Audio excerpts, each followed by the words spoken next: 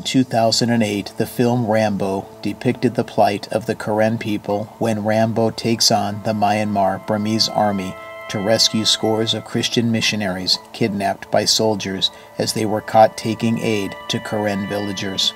While most enjoyed the action movie, many did not realize the true story behind the movie. Although the movie depicted violence toward the Karen people, it hardly told the full story of forced labor, extortion, displacement, torture, rape, and the killing of over 100,000 Karen people as they endure ethnic cleansing by the Communist Myanmar Burmese Army, supported by both China and India. This army is known as one of the world's most oppressive and abusive regimes in their campaign to rid the world of the Karen people.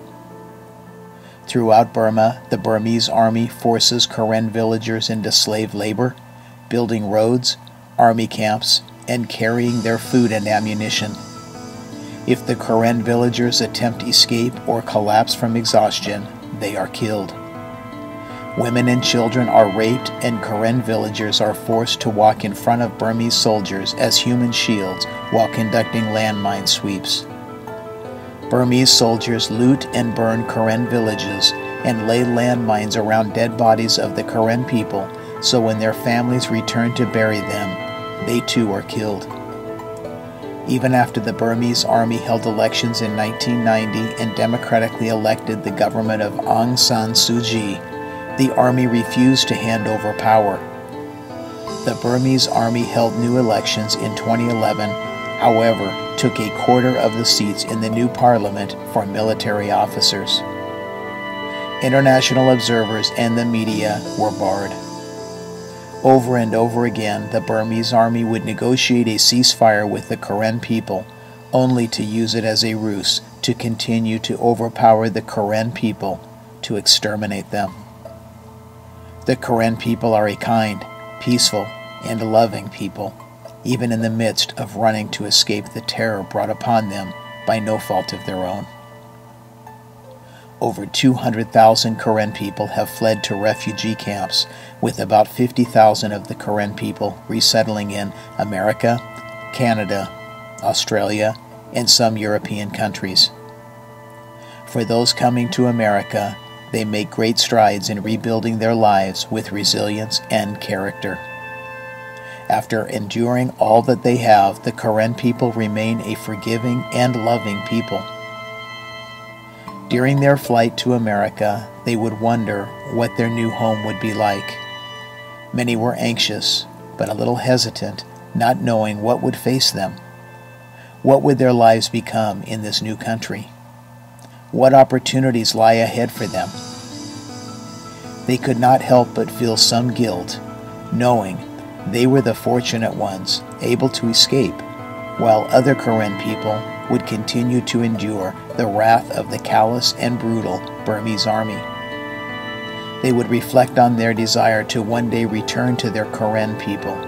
After arriving at the San Diego International Airport, the Karen refugees would be met by caseworkers to assist them with their relocation to the United States. The Karen people had never seen such incredible architecture, beautiful buildings, and such a diverse population. As they gathered their belongings, all of which fit in a single bag given to them by the refugee camps, and their large white bag containing their documents, they find that their possessions are trivial, because more importantly, they have each other. They draw near to each other for comfort and security, knowing they are in a better place, yet still apprehensive, not knowing what will come of their future. As they arrive to their new community of City Heights located in San Diego, they curiously examine what they will come to know as home. Large freeways, buildings, cars. It was much different than the jungles of their Karen state. As the Karen people are taken to their new apartments, they would learn about electricity, turning lights on and off, and their new modern kitchens with a stove, refrigerator, and running water. They would learn how to flush the toilet, use the shower, and what room they would lie down to sleep in. Some will live with their family, while those leaving parents behind will share apartments with roommates. Of the multitudes of Karen refugees that arrived in San Diego, one such group thrives in their purpose to succeed in their life and is committed to one day returning to their country to help the Karen people. Fleeing their country meant leaving their families, which was not easy, especially considering the Karen people continue to be tortured and killed by the Burmese Army even today.